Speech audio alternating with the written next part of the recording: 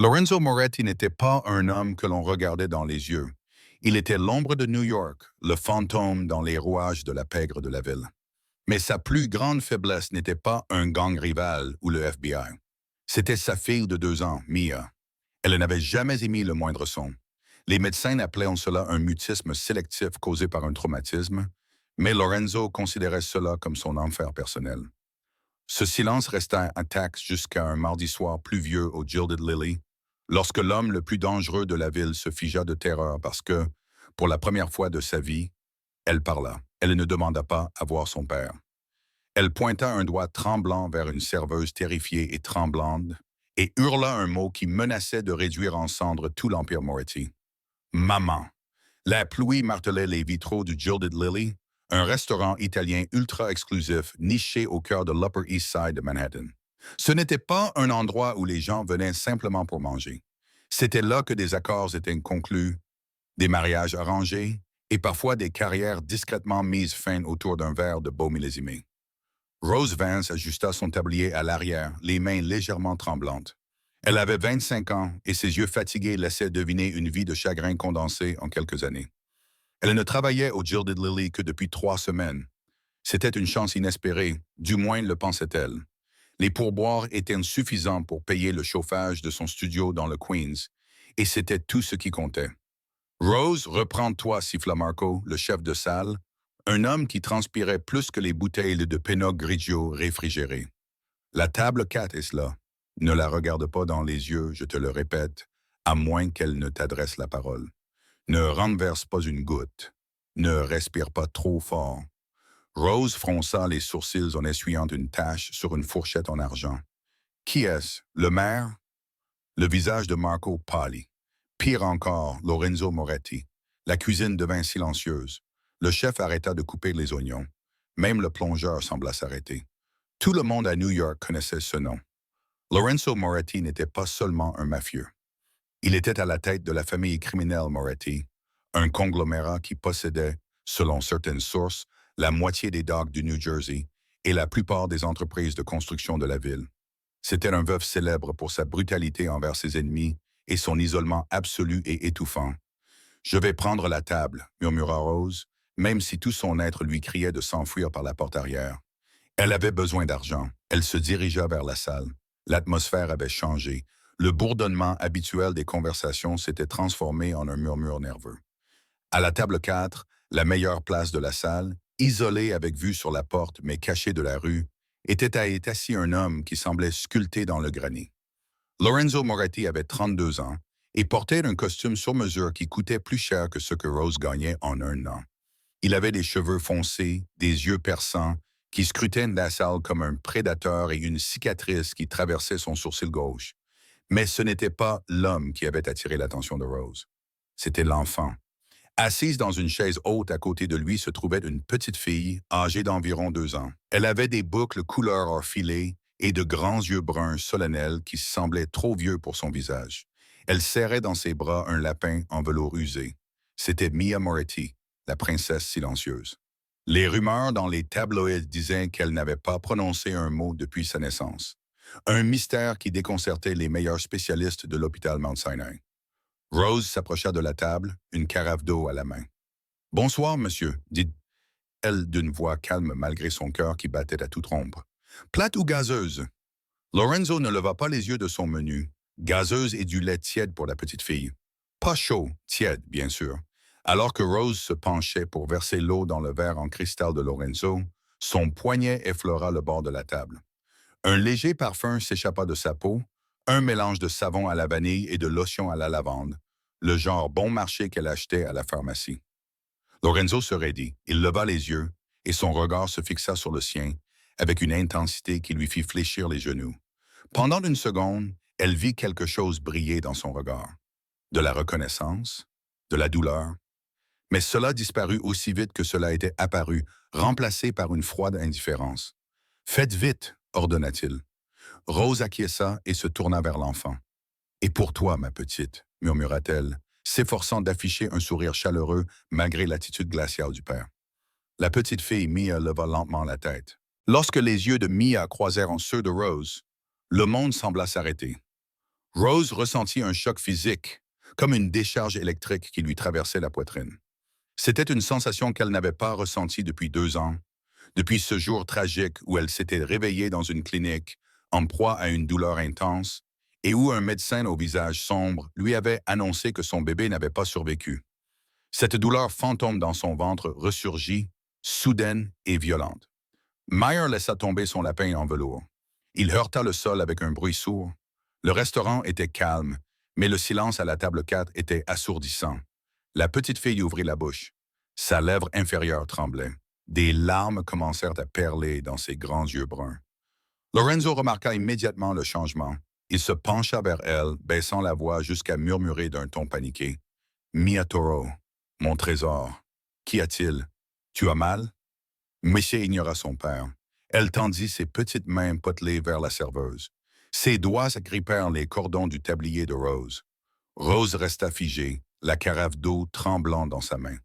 Elle ne pouvait plus bouger. Elle ne pouvait plus respirer.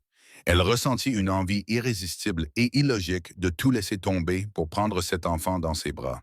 C'est alors que cela se produisit. Le son était rouillé, faible et brisé, comme une charnière qui n'avait pas été utilisée depuis des années. Maman! Lorenzo se figea. Il tourna lentement la tête vers Rose. Sa main se dirigea instinctivement vers l'intérieur de sa veste, où un Glock 19 reposait contre ses côtes. Maman, maman! Cria Mia plus fort cette fois-ci. Toute la salle à manger se tut. Les fourchettes s'arrêtèrent à mi-chemin entre les assiettes et les bouches. Les yeux de Rose se remplirent de larmes qu'elle ne comprenait pas. Je suis désolée, monsieur. Je devrais y aller. Elle essaya de reculer, mais Mia se jeta en avant dans sa chaise haute, hurlant maintenant, comme une baleine d'un désir pur et désespéré. Elle pointa son doigt directement vers le visage de Rose. « Maman! » hurla l'enfant, le mot résonnant sous les plafonds voûtés. « Maman, lève-toi! Maman, lève-toi! » Lorenzo Moretti se leva. La chaise grinça sur le parquet. Il était grand, imposant, et dégageait une énergie dangereuse qui fit avancer les gardes de sécurité à la porte, les mains sur leurs étuis. Il regarda sa fille, qui tendait les bras vers une inconnue. Puis il regarda Rose. Son visage était un masque de confusion et de fureur grandissante. « Qui êtes-vous? » La voix de Lorenzo était basse, un grognement qui promettait la violence. « Qui t'a envoyé? » « Personne, » balbutia Rose en reculant, serrant le plateau contre sa poitrine comme un bouclier. « Je ne suis qu'une serveuse. Je ne vous ai jamais vu auparavant. Je le jure. Ma fille n'a jamais prononcé un seul mot de sa vie, » dit Lorenzo en contournant la table pour réduire la distance entre eux. « Elle ne parle pas, elle ne pleure pas, et ce soir, elle t'appelle maman. » Il attrapa le poignet de Rose. Sa poigne était comme du fer. Il lui releva le bras, exposant l'intérieur de son avant-bras à la lumière. Il semblait chercher quelque chose, un tatouage, un fil, une marque. « Lâchez-moi! » Rose cria. « Papa, non! » Mia hurla, une phrase complète, sa deuxième phrase. « Papa, ne fais pas de mal à maman. » Le personnel était figé. Marco composait le 911 sous le comptoir d'accueil, mais il s'arrêta lorsqu'un des gardes de Lorenzo lui fit signe de la tête. « Pas de police. Pas ici. » Lorenzo fixait Rose, le souffle court. Il regardait ses yeux, verts avec des reflets dorés. Il regardait la forme de sa mâchoire, puis il regardait Mia. La ressemblance était faible, cachée sous la graisse de bébé et la différence de couleur de cheveux. Mais elle était là. Elle était dans les yeux. Mais c'était impossible. La femme de Lorenzo, celle qui avait donné naissance à Mia, était morte. Elle était décédée en couche dans une clinique privée à Zurich 2 ans auparavant. Lorenzo avait vu le corps. Il l'avait enterré. À moins que les 2 dernières années aient été un mensonge. Lorenzo lâcha le poignet de Rosé, mais il ne recula pas. Il fit signe à son chef de la sécurité, un homme imposant nommé Bruno. « Faites évacuer le restaurant, » ordonna Lorenzo, sans quitter Rose des yeux. « Patron, » demanda Bruno. « Tout le monde dehors, » rugit Lorenzo en brisant un verre à vin sur la table. La panique s'ensuivit. Les clients attrapèrent leurs manteaux et se précipitèrent vers les sorties. Marco conduisit le personnel dans la cuisine. En moins de 60 secondes, le Lily doré était vide, à l'exception de Lorenzo, de sa fille en pleurs, de ses gardes et d'une Rose Vance terrifiée. Lorenzo prit sa fille dans ses bras et la calma instantanément, mais elle continuait à tendre les bras par-dessus son épaule vers Rose. Il se tourna vers la serveuse, sa voix prenant un ton d'un calme terrifiant. Vous ne rentrerez pas chez vous ce soir, mademoiselle.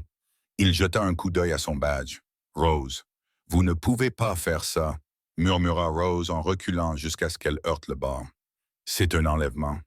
Appelez ça comme vous voulez, dit Lorenzo en essuyant une larme sur la joue de Mia. Mais jusqu'à ce que je découvre pourquoi ma fille pense que vous êtes la femme que j'ai enterrée il y a 2 ans, vous m'appartenez. Il fit un signe de tête à Bruno. Amenez la voiture. Nous allons au domaine. Alors que Bruno s'apprêtait à l'attraper, Rose sentit un souvenir soudain et douloureux lui transpercer le cerveau. Le souvenir d'une pièce froide, d'un moniteur qui bipait et d'une voix masculine disant « Emmenez l'enfant avant qu'elle ne se réveille ». Le souvenir était si fort qu'elle faillit s'évanouir. Alors qu'on lui enfilait le sac noir sur la tête, sa dernière pensée ne fut pas la peur pour elle-même. Ce fut la prise de conscience que le cri de la petite fille avait ouvert une porte dans son esprit dont elle ignorait l'existence. Elle ne savait pas qui était Lorenzo Moretti, mais elle était certaine d'une chose. Elle connaissait ce bébé. Le trajet jusqu'au domaine Moretti dura 45 minutes dans un silence étouffant. La voiture, un SUV Mercedes blindé, franchit les grilles en fer d'une vaste propriété située sur les falaises de Sands Point. Pour n'importe qui d'autre, cela ressemblait à un palais. Pour Rose, cela ressemblait à une prison. Rose était assise à l'arrière, coincée entre deux gardes. À l'avant, Lorenzo tenait Mia, qui s'était enfin endormie, sa petite main agrippée au revers de sa veste de costume. Chaque fois que la voiture passait sur une bosse, Mia remuait, gémissant doucement « Ma », et Lorenzo se raidissait, jetant un regard furieux à Rose dans le rétroviseur. À leur arrivée, Rose ne fut pas conduite dans un donjon. Elle fut conduite en haut d'un grand escalier en marbre et poussée dans une chambre d'amis plus grande que tout son appartement. « Restez, Bruno », grogna le chef de la sécurité. « N'essayez pas les fenêtres. Les chiens rôdent dans le parc la nuit. Ils ne sont pas amicaux. » La lourde porte en chêne se referma dans un clic. La serrure tourna. Rose s'effondra sur le bord du lit à baldaquin, les mains tremblantes. Elle remonta sa manche, suivant du doigt la cicatrice pâle, presque invisible, à l'intérieur de son coude, là où on lui avait posé une perfusion 2 ans auparavant. Le souvenir qu'elle avait refoulé refaisait surface. Zurich, la clinique Genesis Life, les murs blancs, le contrat qu'elle avait signé parce qu'elle avait besoin d'argent pour payer l'opération cardiaque de son père. Le couple anonyme, le médecin aux mains froides. La porte s'ouvrit brusquement. Rose sursauta. Lorenzo entra. Il avait retiré sa veste et sa cravate. Sa chemise blanche était déboutonnée au niveau du col, révélant un tatouage en forme de croix sur sa poitrine. Il avait l'air épuisé, mais son regard était perçant. Il tenait un verre de whisky dans une main et un dossier en papier craft dans l'autre. « Bois », dit-il en posant le whisky sur la table de chevet. « Je ne bois pas », dit Rose d'une voix tremblante. « Je veux rentrer chez moi. »« Tu es chez toi », dit Lorenzo d'un ton sombre. « Ou plutôt, tu es dans la maison de l'enfant que tu prétends être le tien. Asseyez-vous. » Il ne cria pas. Son intensité silencieuse était bien plus terrifiante. Il ouvrit le dossier. « J'ai fait des recherches sur vous, Rose Vance. Née dans l'Ohio, vous avez déménagé à New York il y a 3 ans. Vous avez abandonné vos études d'art. Vous avez travaillé comme barista, réceptionniste et maintenant serveuse. Casier vierge. Aucune dette à part vos prêts étudiants. » Il leva les yeux. « Sur le papier, vous n'existez pas dans mon monde. Vous n'avez aucun lien avec la famille Moretti. Vous n'avez aucun lien avec ma défunte épouse, Isabella. »« Je ne sais pas qui est Isabella, » dit Rose. « C'était la mère de Mia, » dit Lorenzo en observant attentivement son visage. « Elle est morte en donnant naissance à Mia dans une clinique privée en Suisse, le 14 octobre, il y a 2 ans. » Rose pâlit. Elle s'agrippa au montant du lit pour se soutenir. « Le 14 octobre, » murmura-t-elle. Lorenzo plissa les yeux. « Cette date signifie-t-elle quelque chose pour vous? »« C'est le jour où j'ai accouché, » souffla Rose. L'air semblait s'être évaporé de la pièce. Lorenzo posa lentement son verre. « Expliquez-moi. » Rose se mit à pleurer, les larmes chaudes et abondantes. « J'étais mère porteuse. J'avais 23 ans. Mon père était mourant, il se racle la gorge, avait besoin d'un pontage, et l'assurance ne le couvrait pas. J'ai trouvé une agence en ligne, Genesis Life. Ils m'ont dit qu'ils avaient un couple riche en Europe qui ne pouvaient pas avoir d'enfants. Ils m'ont proposé 50 000 plus les frais médicaux. Lorenzo était parfaitement immobile. Continue. Ils m'ont fait venir en avion à Zurich, continua Rose en s'essuyant les yeux. Ils ont implanté l'embryon. J'ai porté le bébé pendant 9 mois. Je n'ai jamais rencontré les parents. C'était un contrat fermé. Puis, le 14 octobre, j'ai commencé le travail. Ils m'ont fortement sédaté. Quand je me suis réveillé, sa voix s'est brisée. Le médecin, le Dr. Thorne, m'a dit qu'il y avait eu des complications. Il m'a dit que le bébé était mort-né. Une petite fille. Le visage de Lorenzo était impassible, mais ses jointures étaient blanches alors qu'il serrait le dossier. Dr. Iris Thorne. Oui. Rose acquiesça. Il me l'a montré. Il m'a montré un corps, un petit bébé. Mais il ne m'a pas laissé la prendre dans mes bras. Il a dit que c'était mieux si je ne m'attachais pas. Ils m'ont donné l'argent et un billet pour rentrer chez moi le lendemain. Je la pleure depuis 2 ans. Je l'ai appelée Rose dans ma tête. Lorenzo se leva et se dirigea vers la fenêtre, regardant fixement l'océan sombre. Son esprit tournait à toute vitesse, reliant des points dont il ignorait l'existence. Isabella, sa femme, avait prétendu être enceinte. Mais elle avait été distante pendant sa grossesse, passant des mois en Europe, faisant des achats pour la chambre du bébé et évitant le stress de New York. Lorenzo était occupé par une guerre contre la mafia russe. Il ne lui avait pas rendu visite aussi souvent qu'il aurait dû. Quand elle avait commencé le travail, il avait pris l'avion pour Zurich, mais il était arrivé trop tard. Le Dr. Thorne l'avait accueilli dans le hall. « Je suis désolé, Monsieur Moretti. Isabella a souffert d'une embolie. Nous l'avons perdue, mais nous avons sauvé l'enfant. » Lorenzo avait enterré sa femme et ramené sa fille à la maison. Il ne s'était jamais posé de questions. Pourquoi l'aurait-il fait? Mais si Rose disait la vérité, Isabella n'était pas enceinte, Lorenzo murmura à la vitre. Elle avait simulé. Il se retourna vers Rose. Si vous étiez la mère porteuse, cela signifie que l'enfant est biologiquement le mien et celui d'Isabella. Vous n'étiez que la porteuse. Rose secoua la tête. Non, c'est la partie qui n'a jamais eu de sens. Le contrat stipulait qu'il s'agissait d'une gestation pour autrui, leur ovule, leur sperme. Mais quand le bébé est né, je l'ai vu pendant une fraction de seconde avant qu'il ne me mette sous sédatif. Elle avait une tache de naissance, une petite fraise sur l'épaule. Lorenzo retint son souffle. Il fouilla dans sa poche et sortit son téléphone. Il fit défiler les photos jusqu'à celle de Mia dans son bain. Il tourna l'écran vers Rose. « Comme ça », s'exclama Rose en couvrant sa bouche. Sur l'épaule gauche de la petite fille se trouvait la tache en forme de fraise. « C'est elle », Rose sanglota. « C'est mon bébé. Et le médecin. Il a mentionné quelque chose pendant l'insémination. Il se disputait avec une infirmière. Il a dit que l'ovule du donneur n'était pas viable. Il a dit qu'ils avaient dû improviser pour respecter le contrat. » Lorenzo sentit une rage glaciale s'installer dans son ventre, une fureur si intense qu'elle brouilla sa vision. « Tu penses que c'était ton ovule? Tu penses qu'ils ont utilisé ton ovule et de mon sperme? »« Je ne sais pas, » pleura Rose. « Je sais juste que cette petite fille, c'est la mienne. Je l'ai sentie quand elle m'a regardé. Une mère sait. » Lorenzo se dirigea vers la porte. Il l'ouvrit et aboya un ordre aux gardes qui se trouvaient dehors. « Appelez le Dr. Thorne. Dites-lui de venir immédiatement au domaine. Dites-lui que Mia est malade et apportez-moi un kit de prélèvement d'ADN. » Il se retourna vers Rose. Son regard haineux avait disparu, remplacé par une curiosité intense et calculatrice. « Nous allons découvrir la vérité, Rose, ce soir. » Et si le Dr. Thorne m'a menti, la voix de Lorenzo se réduisit à un murmure qui lui donna des frissons dans le dos. Alors que Dieu lui vienne en aide, il s'éclaircit la gorge. Car je ne le ferai pas. Il était 2h10 du matin.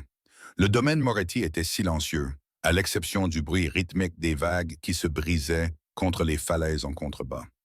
Dans la bibliothèque, une pièce bordée d'étagères en acajou et imprégnée d'une odeur de vieux papier et d'huile à fusil, Lorenzo était assis derrière son bureau. Rose était assise en face de lui. Entre eux se trouvaient 2 cotons-tiges scellés dans des tubes en plastique. Le Dr. Iris Thorne n'était pas encore arrivé. Il revenait d'une conférence à Boston. Cela leur laissait 3 heures. « J'ai un laboratoire privé au sous-sol, » dit Lorenzo, rompant le silence. « Je l'utilise pour vérifier l'identité des personnes dans le cadre de mon travail. Mon technicien analyse les échantillons en ce moment même.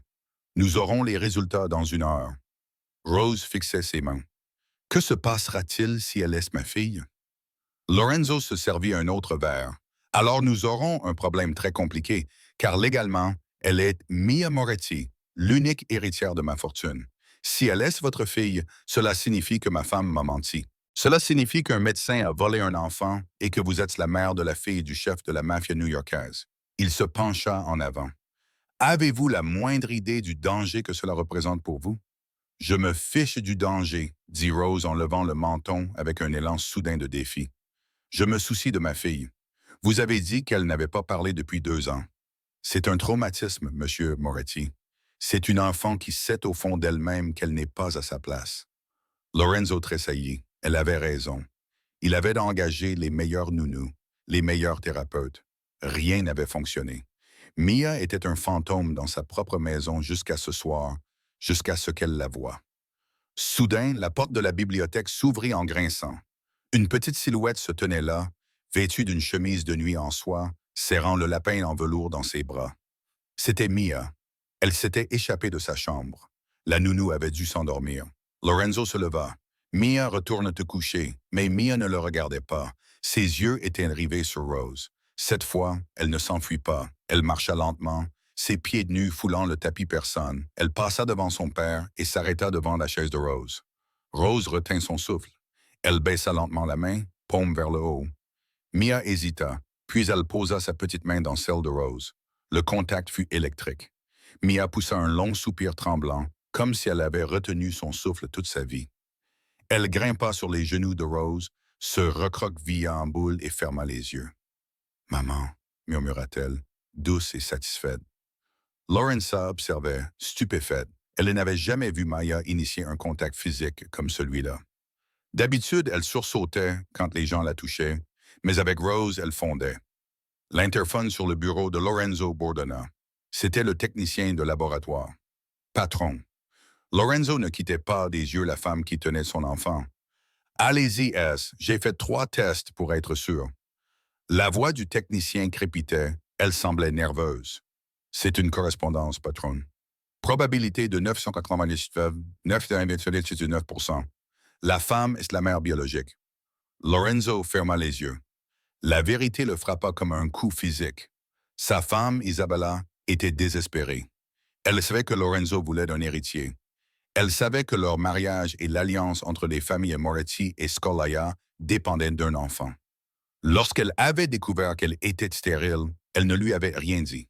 Elle avait orchestré une fraude. Elle avait engagé une mère porteuse, utilisé l'échantillon de Lorenzo, et lorsque ses propres ovules avaient échoué, elle avait probablement autorisé la clinique à utiliser les ovules de la mère porteuse, prévoyant de payer tout le monde et de ne jamais en parler à personne. Mais Isabella était morte avant d'avoir pu mener à bien son mensonge. Et le Dr. Thorne, voyant là une opportunité, avait nettoyé le désordre. Il s'était débarrassé de la mère porteuse en lui disant que le bébé était mort. Et il avait remis le bébé au chef mafieux en deuil, facturant probablement une fortune au comte Moretti pour les soins néonatals prodigués au fil des ans. Lorenzo regarda Rose. Elle berçait Mia en fredonnant une berceuse. Elle pleurait silencieusement, ses larmes coulant sur les boucles dorées de Mia. Elle n'était pas une étrangère, elle était l'autre moitié de sa fille. « Elle est à toi, » dit Lorenzo d'une voix rauque. Rose leva les yeux brillants d'espoir. C'est vrai, le test l'a confirmé. Rose enfouit son visage dans les cheveux de Mia, sanglotant de soulagement. « Oh mon Dieu, oh mon bébé. » Mais, dit Lorenzo en se levant, son ombre tombant sur eux. « Cela ne signifie pas que tu peux partir. » Rose se figea. « Quoi? » « Le Dr. Thorne est en route, » dit Lorenzo en regardant sa montre. « Quand il arrivera, il s'attendra à voir un père en deuil et une enfant malade. S'il te voit, il saura que le jeu est fini. Il pourrait avoir des moyens de pression, des dossiers, des complices, des moyens de nous faire du mal. » Lorenzo contourna le bureau et s'agenouilla à côté de la chaise. Pour la première fois, il était à la hauteur des yeux de Rose. L'odeur de vanille et de lavande le frappa à nouveau, enivrante. Cette fois, se racle la gorge. « Tu vas m'aider, Rose. » Lorenzo dit, « Tu veux récupérer ta fille? Alors tu dois m'aider à détruire l'homme qui te l'a volée. »« Comment? » demanda Rose en serrant Mia plus fort contre elle. « Tu vas te cacher dans la pièce voisine? » Lorenzo complota, le regard froid et dur. « Tu vas écouter, et quand je te ferai signe, tu sortiras. Je veux voir son expression quand le fantôme de la femme qui l'a trompé reviendra d'entre les morts. Rose demanda, est-ce que je pourrais la ramener à la maison? Lorenzo regarda Mia qui dormait paisiblement dans les bras de Rose, puis le visage farouche et protecteur de Rose. Il réalisa soudain qu'il ne voulait pas qu'elle parte. Après cela, dit Lorenzo en se levant et en boutonnant sa veste, nous avons discuté des conditions de votre emprisonnement, car vous êtes la mère d'un Moretti et les Moretti ne vivent pas dans le Queens. Le bruit d'un hélicoptère qui approchait déchira le silence de la nuit. Il est là, dit Lorenzo. Allez dans le placard, laissez la porte entr'ouverte, et quoi qu'il arrive, ne faites pas de bruit jusqu'à ce que je prononce le nom de ma fille. Les portes de la bibliothèque s'ouvrirent dans un grincement lourd. Le Dr. Harris Thorne entra, secouant la pluie de son trench coat en cachemire. C'était un homme qui dégageait l'arrogance raffinée, propre à l'élite de l'Ivy League. Des cheveux argentés parfaitement coiffés, des lunettes sans monture et des mains qui avaient pratiqué des opérations chirurgicales coûtant plus cher que la plupart des maisons. Lorenzo, dit Thorne en posant sa mallette médicale sur un pouf en cuir, je suis venu aussi vite que possible. Le temps est épouvantable. Bruno m'a dit que Mia était malade. Elle a de la fièvre. Lorenzo ne se leva pas. Il était assis derrière son imposant bureau en chêne, la lampe unique projetant de longues ombres sur son visage. Il nettoyait son arme, le cliquetis lent et rythmé de la glissière résonnant dans la pièce silencieuse. « Elle va bien, Ars, dit Lorenzo sans lever les yeux. Thorne marqua une pause, la main suspendue au-dessus de sa trousse. « Je ne comprends pas. Votre chef de la sécurité a dit qu'il s'agissait d'une urgence. J'ai pris l'avion depuis Boston. »« C'est une urgence, dit Lorenzo en levant enfin les yeux. Ils étaient froids, sans vie, mais pas d'un point de vue médical. « Assieds-toi, dit Lorenzo. Thorne hésita, un éclair d'inquiétude traversant son visage. Il s'assit dans le fauteuil à oreilles, en face du bureau, croisant les jambes. « Tu sembles tendu, Lorenzo. Est-ce à propos du conflit territorial avec les Scolaya? Tu sais que je préfère ne pas m'impliquer dans les affaires commerciales. »« C'est une affaire de famille, dit Lorenzo. Il ouvrit son tiroir et en sortit 2 tubes en plastique contenant des écouvillons pour prélèvement d'ADN. Il les jeta sur le bureau. Ils firent d'un grand bruit. Thorne les fixa du regard. « Qu'est-ce que c'est? »« J'ai reçu une invitée ce soir, dit Lorenzo d'une voix faussement légère. Une serveuse. Elle a eu une réaction très intéressante envers Mia. Et Mia, eh bien, elle a parlé pour la première fois de sa vie. Elle a appelé cette serveuse « maman ». Le visage de Thorne se figea. Il pâlit, prenant l'apparence d'une statue de cire. « Une réaction traumatique, dit-il rapidement. Trop rapidement, l'enfant projette. C'est courant dans les cas de mutisme sélectif. Elle voit une figure féminine et lui attribue le rôle qui lui manque. C'est ce que je pensais, Lorenzo acquiesça. Alors, je les ai testés pour en être sûr.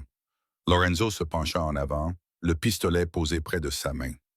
Pourquoi la serveuse du Queens partage-t-elle 99% de ses marqueurs génétiques avec ma fille Harris? Thorne ouvrit la bouche, mais aucun son n'en sortit. Il s'est léché les lèvres. Lorenzo, écoutez-moi. Les procédures médicales liées à la maternité de substitution sont complexes. Il peut y avoir des anomalies. Des anomalies? Lorenzo a rugi en frappant du poing sur le bureau. Le bruit soudain a fait sursauter Thorne. Vous m'avez dit qu'Isabella était morte d'une embolie. Vous m'avez dit que l'enfant était le sien. Vous avez dit à cette fille que son bébé était mort. J'ai fait ce pour quoi j'étais payé. Thorne a rétorqué, perdant son sang-froid. Il se leva et recula. Isabella m'a supplié. Elle était désespérée. Ses ovules étaient viables, mais son utérus était cicatrisé. Nous avons essayé la mère porteuse, mais les embryons n'ont pas pris. Nous étions à court de temps. Isabella se racle la gorge, a dit que vous la quitteriez si elle ne pouvait pas vous donner un héritier. Alors, vous avez volé un enfant. J'ai sauvé un héritage, rétorqua Thorne, le front couvert de sueur. Nous avons utilisé l'ovule de la mère porteuse. C'était une nécessité biologique. Quand Isabella est morte sur la table d'opération, j'ai paniqué. J'avais une femme morte et un enfant bâtard. Si je t'avais dit la vérité, que le bébé n'était pas celui d'Isabella, tu l'aurais rejeté. Tu m'aurais tué pour cette tromperie. Alors, j'ai nettoyé tout ça. J'ai dit à la fille que le bébé était mort. Je t'ai donné une fille. Tout le monde était gagnant. Tout le monde a gagné, répéta Lorenzo d'une voix basse. Sauf la mère qui pleure un fantôme depuis 2 ans. Lorenzo regarda vers la porte communicante. Rose. La porte s'ouvrit. Rose Vance sortit. Elle portait toujours son uniforme de serveuse, taché de pluie et de larmes. Mais elle ressemblait à un ange vengeur. Elle tenait le lapin en velours de Mia dans ses mains, le serrant fort. Thorne la regarda comme s'il voyait un fantôme. « Vous m'avez dit qu'elle était morte, » murmura Rose en s'avançant vers lui. La peur qu'elle avait ressentie plus tôt avait disparu, remplacée par la fureur primitive d'une mère. « J'ai demandé à la tenir, je vous ai supplié et vous m'avez dit de lâcher prise pendant que vous lui tendiez mon bébé. » « C'était un contrat, » cracha Thorne, essayant de retrouver son autorité. « Vous étiez un réceptacle. Vous avez été payé 50 000 $. Tu as renoncé à tes droits. J'ai signé un contrat pour un enfant vivant. » Rose hurla. « Pas pour un mensonge? » Lorenzo se leva et contourna le bureau. « Tu as raison sur un point, Harris. Tu as tout nettoyé, mais tu as oublié un endroit. » Lorenzo attrapa Thorne par le col de son manteau coûteux et le projeta contre la bibliothèque. Des livres tombèrent sur le sol. « Qui d'autre est au courant? » grogna Lorenzo. « Personne. Il n'y avait que moi et Isabella. » Lorenzo appuya le canon du pistolet sous le menton de Thorne. « Ne me mens pas. » Isabella n'avait pas accès à l'argent nécessaire pour falsifier des actes de naissance internationaux et faire taire le personnel d'une clinique suisse. Cela coûte des millions. Isabella avait une allocation. Elle n'avait pas des millions. Les yeux de Thorne balayèrent la pièce. Il tremblait violemment. « Je ne peux pas. »« Le non, » ordonna Lorenzo en armant le chien. « Il va me tuer, » gémit Thorne. « Je pointe actuellement un pistolet sur ta tête, » fit remarquer Lorenzo. « Je m'inquiéterais plutôt pour moi. » Thorne ferma les yeux. Des larmes coulaient sur ses joues. « Ce n'est pas Isabella qui a payé pour effacer les traces. C'était ton oncle. » Lorenzo se figea. « Salvio? Salvio Moretti? » Haleta Thorne. « Il a découvert la maternité de substitution. Il est venu me voir après la mort d'Isabella. Il a payé pour le faux certificat de décès du bébé de la fille.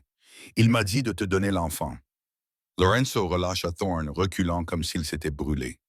Salvio, le frère de son père, l'homme qui s'asseyait à table tous les dimanches, l'homme qui lui apportait des jouets. « Pourquoi, » murmura Lorenzo, « pourquoi Salvio voulait-il que j'élève un enfant qui n'était pas celui d'Isabella? » « À cause des griffes, » toussa Thorne en redressant son manteau. « Le testament de ton père. Tu n'hérites que du contrôle total du Moretti Trust, des compagnies maritimes, des entreprises légitimes. Si tu n'as pas d'héritier biologique à l'âge de 35 ans, sans Mia, le contrôle revient au suivant dans l'ordre de succession. » « À Salvio, » réalisa Rose, la voix tremblante. « Exactement. » Thorne ricana en regardant Rose. « Il ne l'a pas fait pour toi, Lorenzo. Il l'a fait pour que tu sois distrait en jouant au papa d'un bébé miracle pendant qu'il détournait des millions du secteur du transport maritime. Et s'il avait besoin de t'écarter, il n'avait qu'à révéler la vérité. Que ton héritière est illégitime, qu'elle est une bâtarde née d'une serveuse. Tu perdrais tout. » La pièce devint silencieuse. La trahison était totale. Lorenzo avait élevé sa fille comme une princesse, sans savoir qu'elle n'était en réalité qu'un pion dans un jeu d'échecs. Il ne savait pas qu'il jouait. Lorenzo regarda Rose. « Il sait qui tu es. Si Salvio connaît la vérité, il sait que tu es le maillon faible. »« Qu'est-ce que cela signifie? » demanda Rose, l'estomac noué. « Cela signifie, » dit Lorenzo en se tournant vers Thorne, « que tant que cet homme respire, vous êtes une cible. » Lorenzo fit un signe de tête vers la porte. Bruno entra, suivi de 2 autres gardes. « Emmenez le docteur au bateau, » ordonna Lorenzo. « Allez loin au-delà du plateau continental. » « Lorenzo, non !» Thorne hurla lorsque les gardes l'attrapèrent.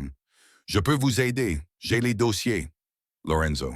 Ses cris furent étouffés lorsque les lourdes portes en chaîne se refermèrent. Lorenzo se tenait seul au centre de la pièce, le poids de son empire pesant sur lui. Il se tourna vers Rose. Elle tremblait, les yeux écarquillés par l'horreur de ce qu'elle venait d'entendre et de ce qu'elle venait d'ordonner. « Vous venez de le tuer, » murmura-t-elle. « J'ai protégé ma famille. » corrigea Lorenzo. Il s'approcha d'elle. L'adrénaline s'estompait, laissant place à une étrange tension vibrante entre eux. « Et que cela te plaise ou non, Rose, cela t'inclut désormais. » Le lendemain matin, le ciel était gris acier. La tempête était passée, mais l'air restait lourd. Rose se réveilla dans la chambre d'amis, mais cette fois, la porte n'était pas verrouillée. Elle sortit du lit, toujours vêtue de la chemise en soie trop grande que Lorenzo lui avait donnée la veille. Elle marcha dans le couloir, ses pieds nus silencieux sur le marbre. Elle suivit le son des rires. Dans la nurserie, une pièce peinte de nuages doux et remplie de plus de jouets qu'un grand magasin, elle les trouva. Lorenzo était assis par terre, déplacé dans son pantalon sombre et sa chemise blanche, en train de construire une tour avec des blocs. Mia était assise en face de lui, applaudissant. « En haut! En haut! » gazouilla Mia. Lorenzo posa un autre bloc. La tour vacilla. « Attention! » murmura Lorenzo. « Maman! » demanda Mia en regardant vers la porte. Lorenzo se retourna. Quand il vit Rose debout là, les traits durs de son visage s'adoucirent momentanément. Il se leva, époussetant son pantalon. « Elle a dormi toute la nuit, » dit Lorenzo doucement, « pour la première fois depuis des mois. » Rose entra dans la pièce. Elle ne regarda pas Lorenzo. Elle n'avait Dieu que pour sa fille. Elle s'assit sur le tapis. Mia se blottit immédiatement contre elle, enfouissant son visage dans la poitrine de Rose. « J'ai raté 2 ans, » murmura Rose en caressant les cheveux de Mia. « J'ai raté ses premiers pas. J'ai raté sa première dent. »« Tu ne rateras plus rien, » dit Lorenzo.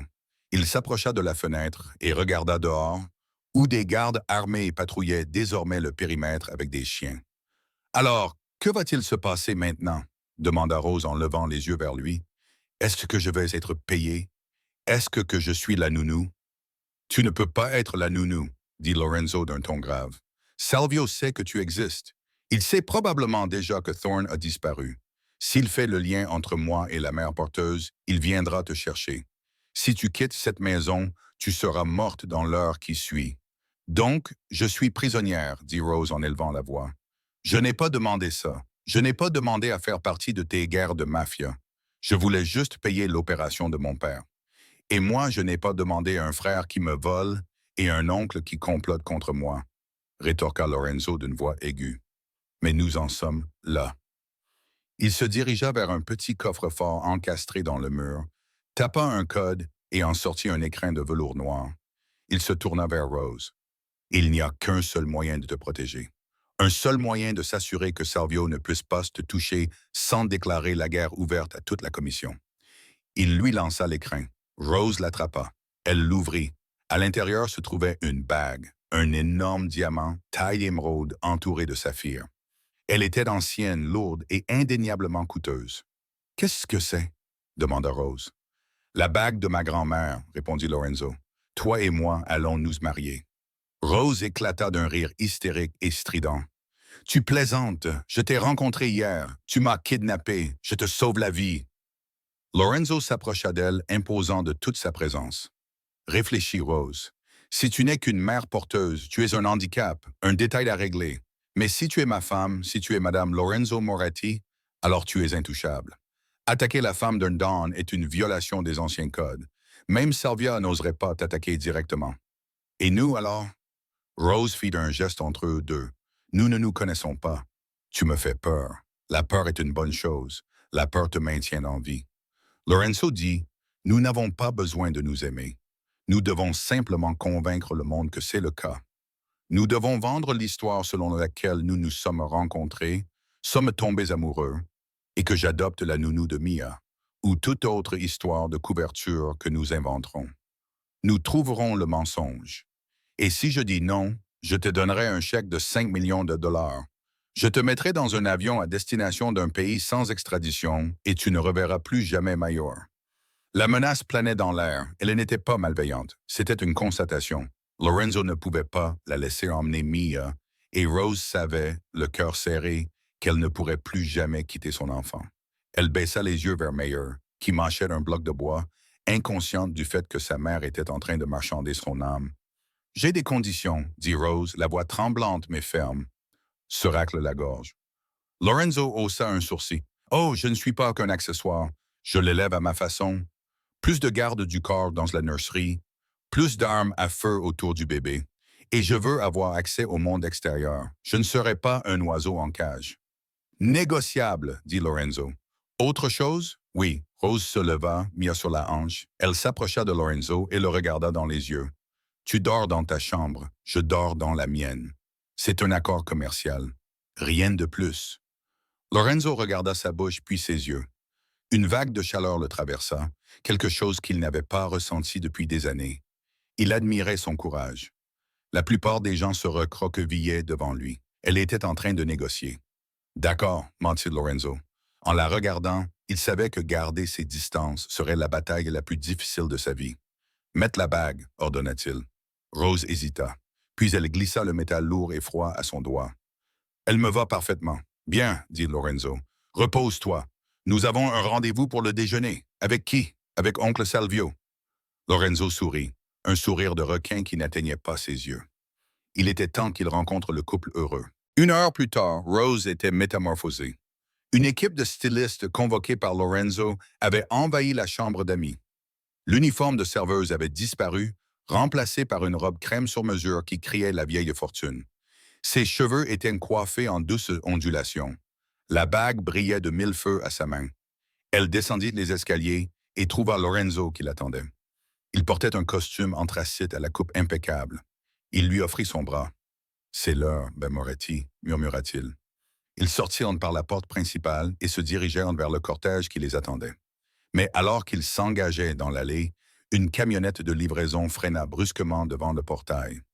Un coursier accourut, tenant un long carton rectangulaire. « Livraison pour Monsieur Moretti. » Bruno intercepta le carton et le scanna à la recherche d'explosifs. « Tout va bien, patron. Ce ne sont que des fleurs. » Lorenzo prit la boîte. Il ouvrit le couvercle. Il n'y avait pas de fleurs à l'intérieur. Il y avait 12 roses fanées. Leurs têtes étaient coupées et au centre se trouvait un lapin en velours pour enfants, identique à celui que Mia tenait, mais celui-ci était trempé de peinture rouge. Une carte était glissée à l'intérieur. Lorenzo la prit.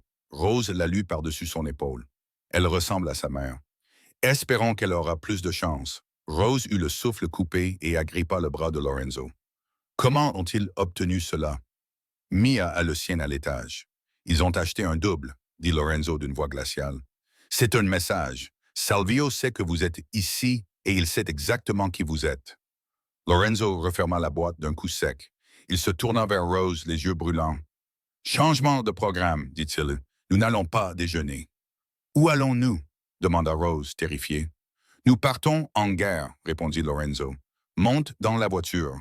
L'invitation était pour le gala de charité des enfants de New York à l'Hôtel Pierre, l'événement le plus prestigieux de la saison mondaine. Rose trouva ironique, en vérifiant son reflet dans la vitre sombre de la limousine, que les hommes présents aient probablement créé plus d'orphelins qu'ils n'en avaient aidés. Elle portait une robe en soie bleu nuit, dos nu et austère, avec une bague de fiançailles en diamant qui reflétait les lumières de la rue. À côté d'elle, Lorenzo était silencieux, vérifiant un message sur son téléphone jetable. Il avait l'air redoutable dans son smoking, mais sa main reposait sur le siège en cuir à quelques centimètres de la sienne. « Souviens-toi des règles, » dit Lorenzo d'une voix basse alors que la voiture ralentissait. « Souris, » récita Rose, l'estomac noué. « Ne parle pas à moins qu'on ne t'adresse la parole. Et si Salvio me touche, je ne bronche pas. » Si Salvio te touche, corrigea Lorenzo en se tournant vers elle avec une intensité qui lui coupa le souffle. Je lui briserai la main. Ton travail consiste à avoir l'air de connaître des secrets. Rien ne terrifie plus un homme comme Salvio qu'une femme qui sourit alors qu'elle devrait avoir peur. La voiture s'arrêta. Les flashs crépitèrent comme des éclairs. Alors qu'il foulait le tapis rouge, un silence s'abattit sur la foule. Lorenzo Moretti n'avait jamais amené de compagne. On ne l'avait pas vu avec une femme depuis les funérailles de sa femme. Et maintenant, il marchait main dans la main avec une superbe inconnue qui se comportait avec la grâce d'une reine. « Continue à marcher, » murmura Lorenzo, sa main chaude et ferme posée sur le creux de son dos. « Regarde devant toi. » Ils entrèrent dans la salle de bal. C'était une mer de diamants, de champagne et de requins en costume coûteux. Rose sentit le poids de centaines de regards posés sur elle. Elle serra plus fort le bras de Lorenzo. Lorenzo. Une voix tonitruante coupa court au bavardage. Un homme s'approcha d'eux. Il avait une 60aine d'années, le teint hâlé, les cheveux argentés et un sourire qui dévoilait trop de dents. Il tenait un verre de scotch et portait un costume qui coûtait plus cher que la maison d'enfance de Rose. C'était Salvio Moretti, l'oncle, l'homme qui avait envoyé les roses mortes. Oncle, dit Lorenzo d'une voix neutre. Il ne m'a pas tendu la main. Je ne pensais pas que tu viendrais, dit Salvio, ses yeux se posant instantanément sur Rose. Il la regarda de haut en bas, non pas avec convoitise, mais avec le calcul froid d'un boucher inspectant un morceau de viande. Et qui est-ce? Je ne crois pas que nous ayons été présentés. Voici Rose, dit Lorenzo. Ma fiancée. Le mot resta suspendu dans l'air. Un serveur à proximité laissa tomber une cuillère. Le sourire de Salvio ne vacilla pas, mais ses yeux se plissèrent. Une fiancée? Eh bien, tu vas vite, mon neveu. Cela fait quoi, 2 ans que la pauvre Isabella est décédée, et tu trouves déjà une nouvelle mère pour la petite Mia. Il s'approcha de Rose, envahissant son espace personnel. Tu dois être une femme spéciale, Rose. Lorenzo est très exigeant. Où vous êtes-vous rencontrés? Rose sentit la panique monter. C'était le test. Un seul mot de travers et il saurait qu'elle était une imposteur. Elle regarda Salvio droit dans les yeux. Elle canalisa toute la rage qu'elle ressentait pour les années qu'elle avait perdues, pour le bébé qu'elle avait pleuré. Nous nous sommes rencontrés au cimetière. Rose mentit avec aisance d'une voix calme. Salvio cligna des yeux. Je vous demande pardon. Je rendais visite à la tombe de mon père, improvisa Rose, le mensonge ayant le goût de cendre. Lorenzo rendait visite à Isabella. Nous avons commencé à parler de perte, du fait que le chagrin n'est que de l'amour qui n'a nulle part où aller. Ce n'était pas une histoire d'amour au début, Monsieur Moretti. C'était juste une reconnaissance. Lorenzo la regarda, sincèrement surpris. C'était un mensonge brillant. Il expliquait le secret, la soudaineté et le lien émotionnel. Salvio rit, mais cela semblait sec. Comme c'est poétique. Et dites-moi, Mia approuve-t-elle? Cet enfant est si difficile, tellement brisé. Les yeux de Rose brillèrent. Elle n'est pas brisée. Elle attendait juste la bonne personne pour l'écouter.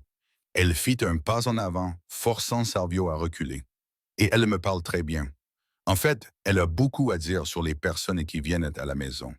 Elle a une très bonne mémoire des visages et des voix. C'était du bluff. Le maire avait fait à peine prononcer 10 mots. Mais Salvio ne le savait pas. Le visage de Salvio pâlit légèrement. Si Mia l'avait entendu discuter du complot avec Isabella il y a des années, si l'enfant n'était pas juste un accessoire muet. Vraiment? Murmura Salvio en remuant son verre. Eh bien, bienvenue dans la famille, ma chère. Mais je dois te prévenir, les femmes Moretti ont toujours eu une espérance de vie courte. Je ne suis pas encore une Moretti. Rose sourit, montrant ses dents. Et j'ai un excellent instinct de survie. Je viens du Queens. Lorenzo eut un petit rire sec. Il serra son bras plus fort autour d'elle. Viens, amour. La musique commence. Il l'entraîna sur la piste de danse. Alors qu'il se lançait dans la valse, Lorenzo la serra contre lui. Tu étais incroyable, lui murmura-t-il à l'oreille. Le cimetière, tu es une menteuse née. Je ne mentais pas au sujet du chagrin, murmura Rose en retour, regardant par-dessus son épaule pour voir Salvio passer un appel téléphonique frénétique dans un coin. Il a peur, Lorenzo. Je l'ai vu. Il devrait avoir peur, dit Lorenzo, car il sait qu'il a raté sa chance. Il pensait que j'étais faible. Il pensait que j'étais distraite. Maintenant, il voit que je suis forte. Il la fit tourner, la robe bleue virevoltant. Pendant un instant, le danger s'est estompé. Il n'y avait plus que la musique, la chaleur de sa main et l'étrange attraction magnétique entre eux. Rose leva les yeux vers lui. La mâchoire anguleuse, la cicatrice qui traversait son sourcil, l'obscurité dans ses yeux qui s'estompaient lentement. « Tu penses vraiment qu'on peut gagner? » demanda-t-elle. « Je ne perds pas, » répondit Lorenzo avec intensité. « Surtout quand je me bats pour ma vie. »« Ta vie? Toi et moi, » dit Lorenzo, comme si c'était la chose la plus évidente au monde. « Tu es ma vie maintenant. » Soudain, la musique s'arrêta et une vague d'agitation parcourut la salle. Bruno, le chef de la sécurité, apparut au bord de la piste de danse. Il était pâle. Lorenzo cessa immédiatement de danser. Il se dirigea vers Bruno, entraînant Rose avec lui. « Quoi? » demanda Lorenzo. « C'est le domaine, » dit Bruno d'une voix cassée. Les alarmes sont silencieuses, le périmètre est tombé et la nounou ne répond pas à la ligne sécurisée. Rose sentit son cœur s'arrêter. « Mia, Salvio, » siffla Lorenzo en regardant vers le coin. L'endroit où se tenait son oncle était vide. L'appel téléphonique n'était pas une retraite, c'était le signal. « Il nous a attirés ici », réalisa Lorenzo, le visage transformé en un masque de pure fureur. Il nous a amenés ici pour nous exhiber pendant que son équipe de tueurs s'attaquait à la maison. Il va la tuer. Brun, va chercher la voiture! Rugit Lorenzo en sortant son arme de son étui de smoking en plein milieu de la salle de bal. Des cris éclatèrent, tandis que les invités se précipitaient pour se mettre à l'abri. Lorenzo s'en moquait. Il attrapa la main de Rose. Cours! Lorenzo conduisit comme un fou, le compteur dépassant les 120 km/h. Ils enfoncèrent les grilles en fer du domaine, les pneus crissant sur le gravier. La maison principale était plongée dans l'obscurité, la porte d'entrée béante, sinistre. Ils n'eurent pas besoin de fouiller les pièces. Les cris d'un enfant les conduisirent directement à l'étage, où ils passèrent devant le berceau renversé dans la chambre d'enfant et sortirent sur le toit balayé par le vent. Là, debout au bord de la balustrade, se tenait Salvio. Le vent fouettait ses cheveux argentés, tandis qu'il la tenait par l'arrière de sa chemise de nuit, suspendue au-dessus de l'océan noir qui s'écrasait 15 mètres plus bas. « Arrête! » hurla Rose en se précipitant en avant. Mais Lorenzo la retint. « Un poste de plus et elle apprendra à voler! » hurla Salvio, les yeux exorbités. « Tu pensais avoir gagné, Lorenzo. Tu pensais pouvoir amener une chienne errante dans notre maison et la traiter comme une reine? Laisse-la partir, Salvio, dit Lorenzo d'une voix d'un calme mortel, bien que ses mains tremblaient. C'est entre nous.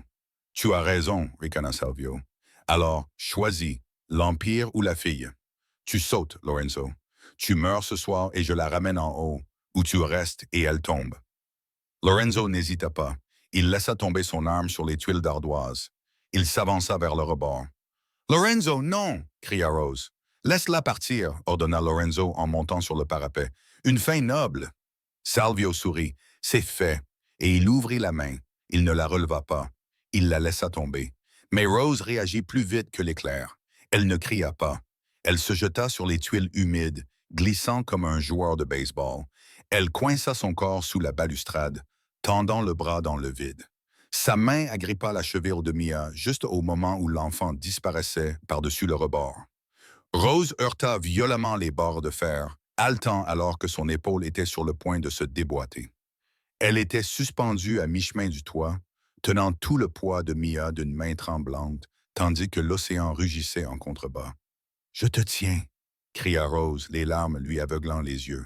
« Maman te tient. » Salvio regarda en bas, stupéfait. Il leva son pistolet, le pointant directement sur la tête de Rose. Petit bruit persistant. Le coup de feu ne venait pas de Salvio. Lorenzo n'avait jamais eu l'intention de sauter. Pendant la fraction de seconde où Salvio avait baissé les yeux pour les regarder tomber, Lorenzo avait ramassé l'arme qu'il avait laissée tomber. Salvio trébucha en arrière, le visage marqué par le choc, serrant sa poitrine. Il bascula en arrière, tombant silencieusement par-dessus la balustrade dans l'eau sombre en contrebas. Lorenzo se précipita vers le bord. Avec une force alimentée par l'adrénaline, il ramena Rose et Mia en sécurité sur le toit. Elles s'effondrèrent en un tas sur l'ardoise froide. Lorenzo les enlaça toutes les deux, enfouissant son visage dans le cou de Rose. Meyer sanglotait, s'accrochant à la robe déchirée de Rose. « Nous sommes en sécurité, » dit Lorenzo d'une voix étranglée. « Je vous tiens. » Mia leva les yeux, ses petites mains touchant le visage de Lorenzo. Puis des roses. Elle prit une profonde inspiration tremblante. « Famille, murmura-t-elle. C'était son troisième mot. 6 mois plus tard, le domaine Moretti était méconnaissable. Les rideaux sombres avaient disparu, remplacés par la lumière du soleil et des fleurs. Ce fut un petit mariage dans le jardin. Pas de presse, pas de politiciens, juste les proches, les quelques associés en qui Lorenzo avait confiance et la famille. Rose se tenait devant l'autel, sa robe blanche flottant dans la brise. Elle ne jouait plus un rôle. Lorenzo lui prit la main. La noirceur qu'il avait définie pendant une décennie avait disparu, remplacée par une dévotion farouche et protectrice. « Veux-tu prendre cette femme pour épouse ?» demanda le prêtre. Lorenzo regarda Rose, la serveuse qui avait tenu tête à Adon, la mère qui avait rattrapé son enfant en plein vol. « Tant que je respirerai, » jura Lorenzo. Mia, désormais une petite fille de 3 ans très bavarde, courait entre eux en gloussant, se racle la gorge et en jetant des pétales de fleurs en l'air. Lorenzo la souleva dans un bras et embrassa sa femme de l'autre. Alors qu'ils remontaient l'allée, les portes en fer du domaine se refermèrent lentement derrière eux. Mais cette fois, Elles ne se ferment pas pour empêcher le monde d'entrer. Elles se ferment pour garder le bonheur à l'intérieur. Voilà l'histoire de Lorenzo, Rose et la petite Mia. Elle nous rappelle que parfois, ce n'est pas le sang qui fait une famille, c'est de l'amour. Et rien n'est plus dangereux qu'une mère qui se bat pour son enfant. Qu'avez-vous pensé de cette fin? Votre cœur s'est-il arrêté lorsque Salvio l'a laissé tomber?